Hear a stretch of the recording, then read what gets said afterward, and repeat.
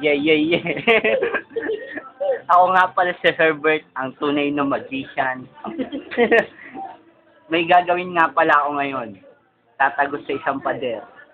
Makita niyo yung pader na yon.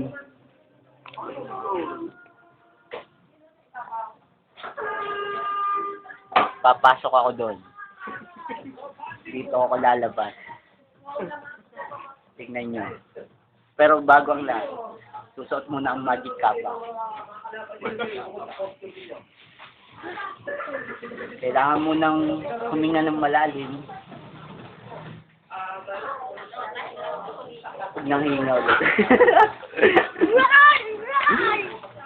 Pero teka lang, may dadaan.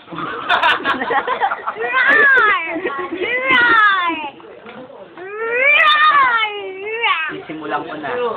1, 2, 3.